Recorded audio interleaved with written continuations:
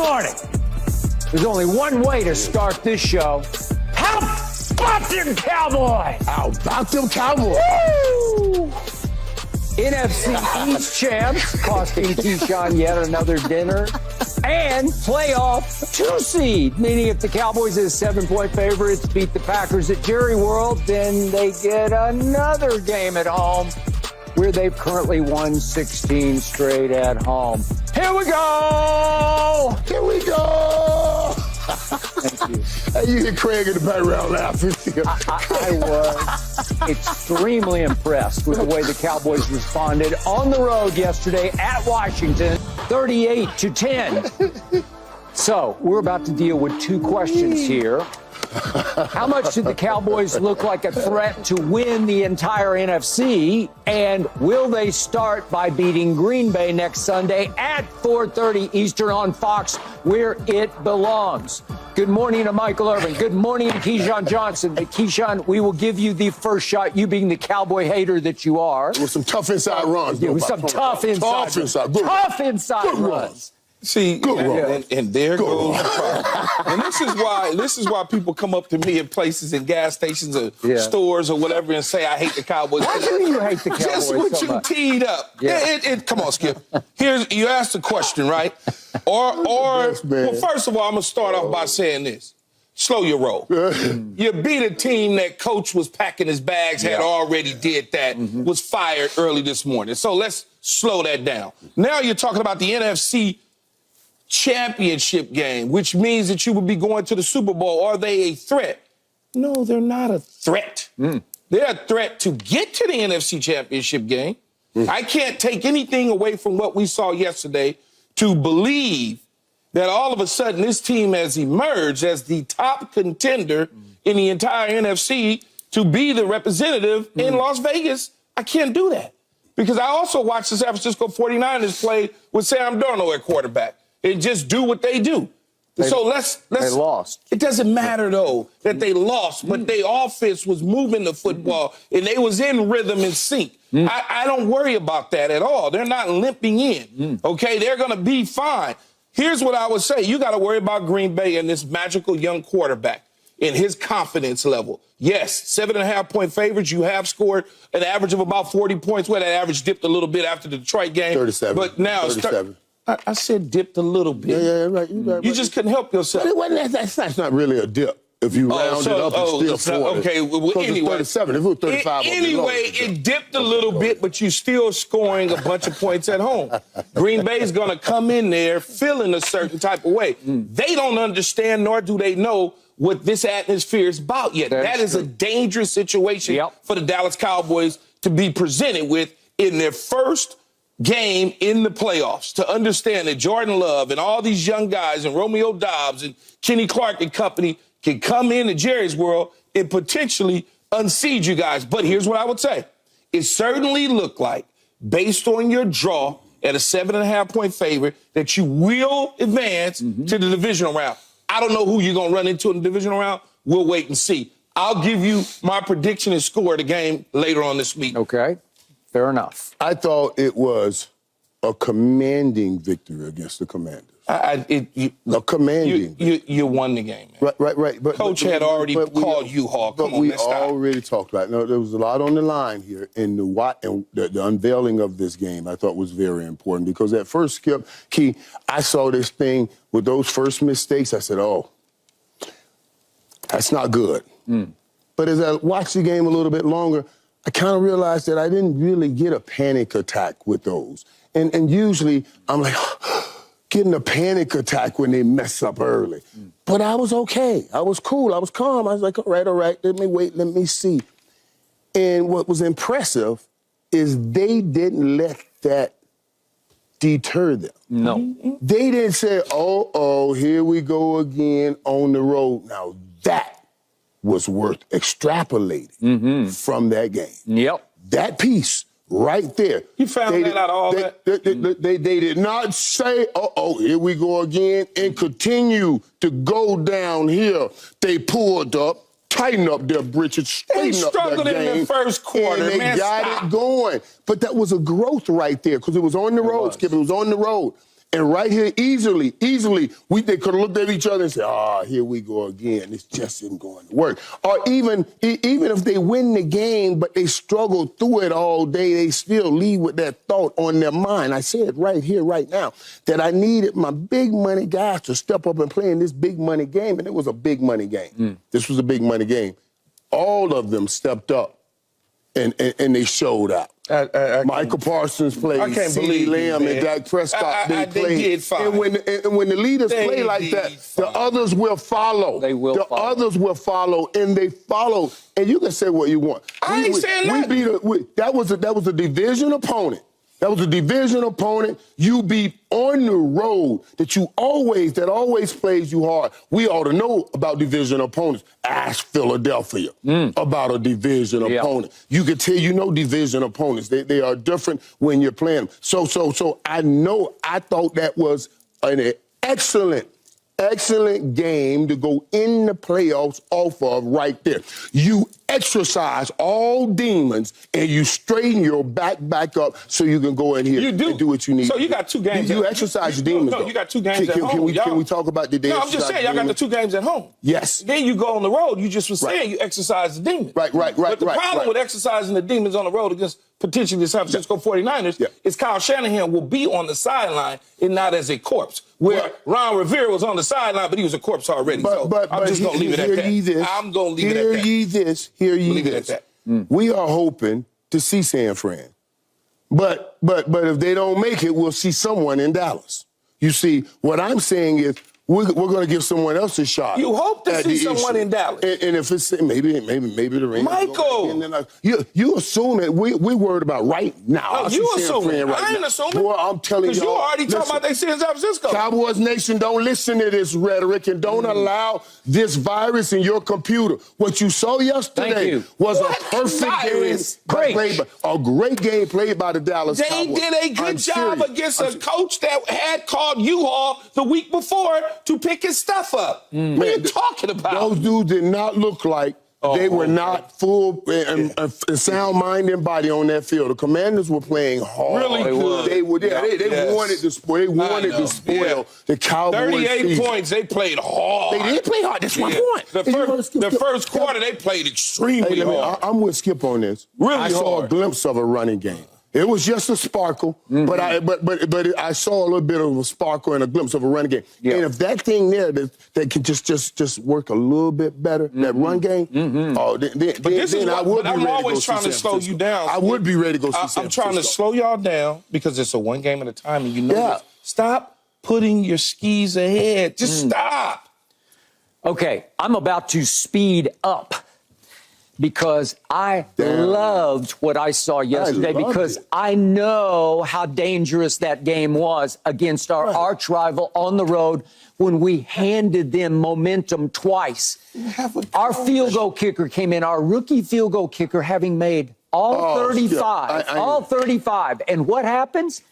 He gets one blocked and returned almost for a touchdown. That was blocking scheme. I'm just saying. That was blocking. And they talked about that. They shouldn't count that against that. But it counts. But it counts against him. It counts against him. He was a little shook maybe, and he did miss a 36-yarder. Yeah, he missed that. But at the end of the game, he got a reprieve. He got, thank you, God, one more shot from 50 yards, and it was right down Broadway.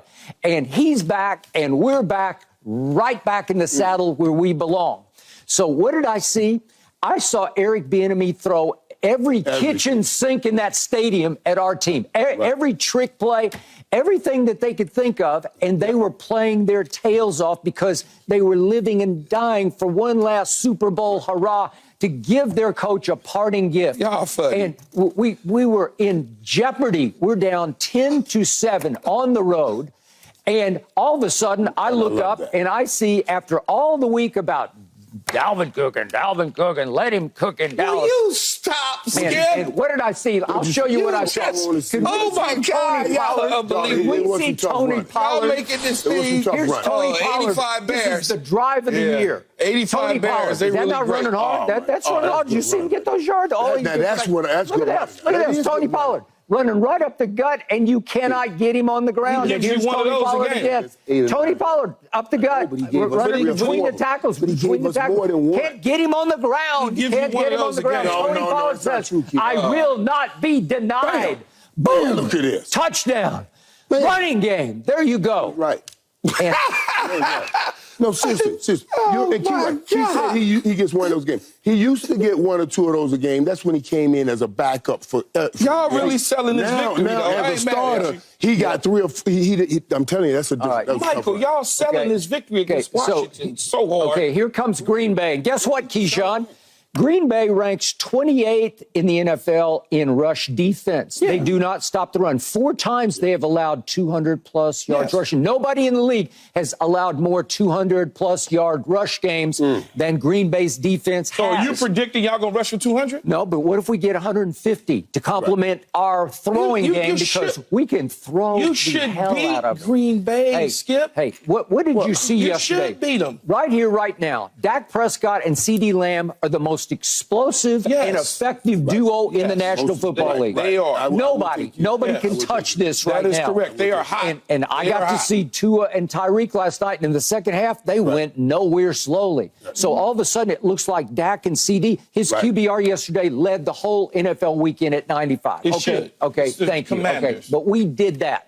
When I wasn't looked sure, great. I don't know that you were completely sure you're going to see that yesterday. That happened. Our running game happened. Stephon Gilmore, his shoulder popped out, and it scared me because I don't know where we'd be without him, but he said he's going to be good to go against Green Bay. Ooh, I don't know if he's going to have to wear a harness or anything to make sure it doesn't pop out again. That's a hard fall, too. That hurts. But at least his legs are okay. So if his legs are okay, he can at least cover. But that was a scary but sight. a one-handed covering, man, is not covering. It's not. You know, No, I and know. I'm worried about that. Whenever you got to put that brace on, now you're going to be limited in getting your hand, getting your arm up, and that's exactly what he needs to be. I able to think do. you guys played great yesterday, Skip. But y'all are really pouring it on to make it seem like this was an inferior opponent that you played against.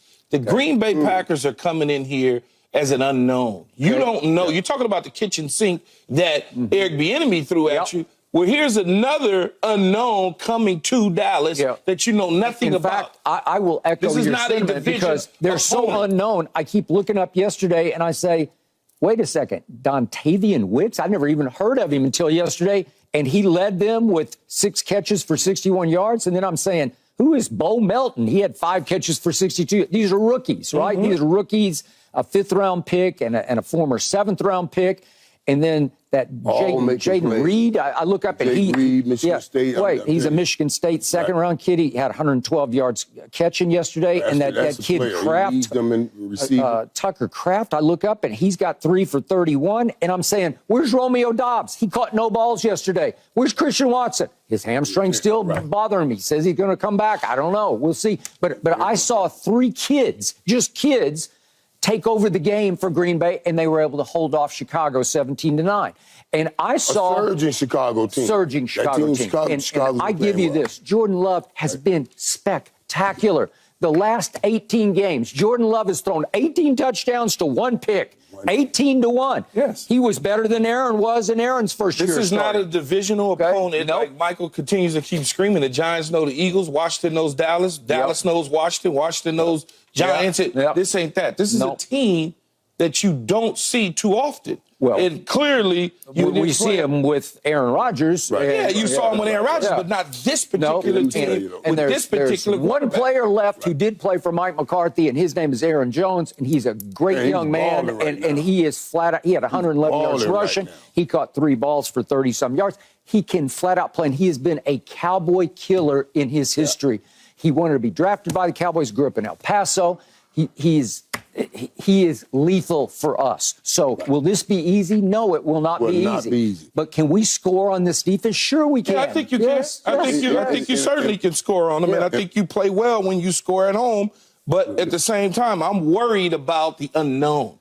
When you don't know certain personnel and you haven't seen certain guys perform at a certain level, can they all of a sudden be up,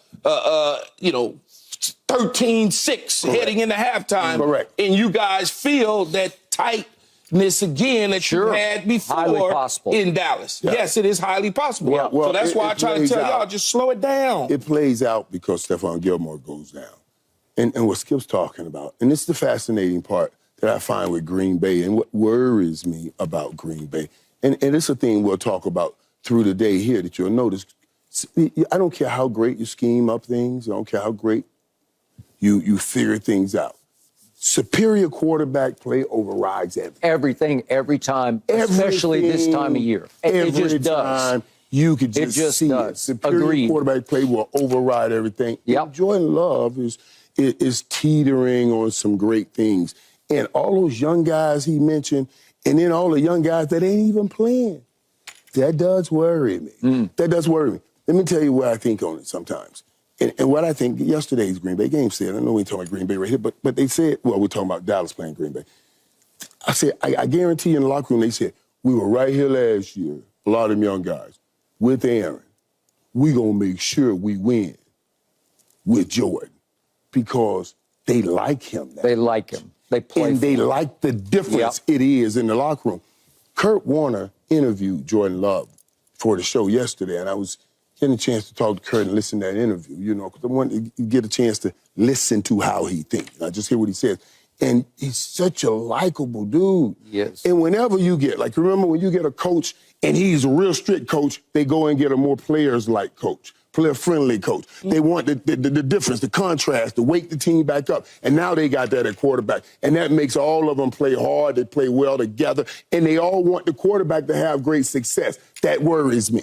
That worries me because they'll play real hard. So, yeah, this is going to be a struggle. It won't be an easy game. And it's the kind of game that Dallas should worry about because these guys are too young to even understand how big of a game this is that they are in. Well, I'm glad you finally got there at 6:48 this morning because before you was already in San Francisco. But I'm glad you know that this Green Bay game is going to be tough. When it's time to come to this, I'm going to come to this, but I'm not going to let you rob my glory with that story earlier. Before we were talking about the great victory before we get on to the next opponent. The great victory, it was a great victory. It was a great victory. That was a perfect victory by Dallas Cowboys yesterday. It really was. Okay. All right, so Keyshawn, Yes, bottom sir. line to this game against Green Bay, because they are young and don't understand, they're naive to what they're getting into, they might just be too young to live up to this. I just think We'll see. our team's just a little better than they are, playing at a little higher level with a lot more experience. But they won't realize that, Skip,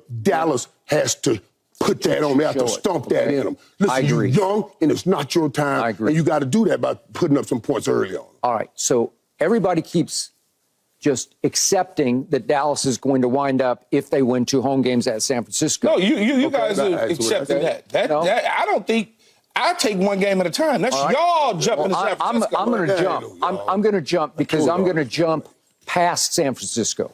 I'm going to do this. I'm going to give you my Super Bowl scenario for the Dallas Cowboys. Think about this. We got Matt Stafford going back to where he played for 12 years in Detroit. That team is the most dangerous team other than Dallas to me, and obviously San Francisco, in this tournament.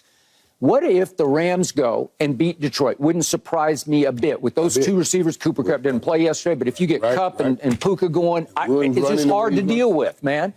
And Detroit has been blown out at home a couple times where you say, what was that? There's no home field advantage well, here. guess who did it? Jordan Love did it on Thanksgiving. Right. Okay, so the point is, what if the Rams go in there and win? And Laporta's Okay. not. All right, Laporta's out. Okay. Laporta's out. I assume he's out. I mean, it looked bad. It looked bad. We hope he's well, All right. but yeah. What if the Eagles just can't pick themselves up off the mat and they go down to Tampa on Monday night, a week from tonight, and they lose? It wouldn't shock me one bit because they've given you no evidence over the last 6 weeks that they can pick themselves up off the mat. Smart thinking. Okay. What if Baker Mayfield and company have to come to Dallas for our second playoff game? Oh, that's what I prayed for. Okay, we can beat them because we've seen them. They lost at home to New Orleans. They're just okay. Baker sort of maxed out, did the best he could. Their defense is still very good. Their run defense is really good. But can they beat us in Dallas? I say no. Okay. So what if the Rams would then go to San Francisco? Yeah. They are not afraid of the 49ers, a division opponent. They know them. They know each other. other. Have you seen that record, Shanahan versus McVay? And you know, sooner or later, it's got to change. It's going to change. It's just going to change. Okay. So you telling me that the Rams got a better roster and better players than the 49ers? No. Okay. No. Hey, all right. But any given Sunday. Hey, the Rams, Michael, stop. The Rams can score. Oh, stop, man. Y'all That better stop. running back can run. Those two guys- receivers can catch. That coach can coach. You trying to Would I give him a shot? You're trying to figure out any way to bypass the 49ers. The easiest path. I saw it the last time his team won a Super Bowl. The last time in 1995. 28 years ago. Okay, but the Jimmy curse has been broken. The 49ers at all. Yeah. Keyshawn. No. Keyshawn. Are you crazy? No. Michael. No. We don't have to get in the Rams 49ers games. I'm just saying. This man's giving you a scenario that can play out. That can play out. Okay, Keyshawn, it happened in 1995. It happened to them. They couldn't deal with Steve Young and company. They had lost the NFC Championship game the year before. Steve Young and Jerry Rice came to in Green Bay. That's right. That's right. They came to Dallas and just stomped them 38-20. And I'm thinking, I don't know if Dallas can beat San Francisco. And then Green Bay went out there and knocked them off. Right. And Green Bay came to Dallas where Brett Favre was 0-6 against the Cowboys. And it became 0-7. There you go. Matched 2 balls. I think on Greg Newsom's head. Give me the 2 touchdowns. Man, just took that game.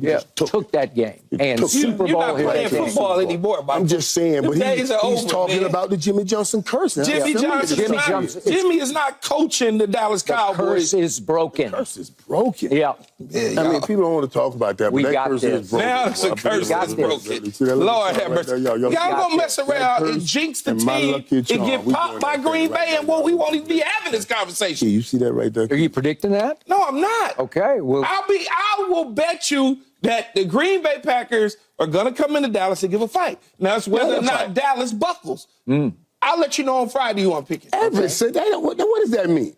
Don't see that sound like you just said something about the Cowboys. Every team gonna give a fight, and we gonna check to see if they buckle. Come on, man. Skip, get us out of here. He just throwing up anything now. That's just Craig. Y'all get good. You beat a team. You beat a team. We beat a team in the end. Got fired. Stop. How many teams y'all done beat this year? The coaches got fired. All right, we got to talk about what happened last night.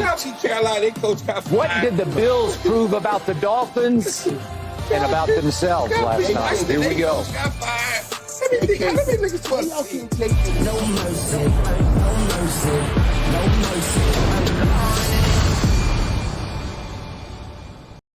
Thanks for watching, Undisputed fans. Do you want more highlights from the show? Make sure to click that subscribe button for all the exclusive content from Undisputed.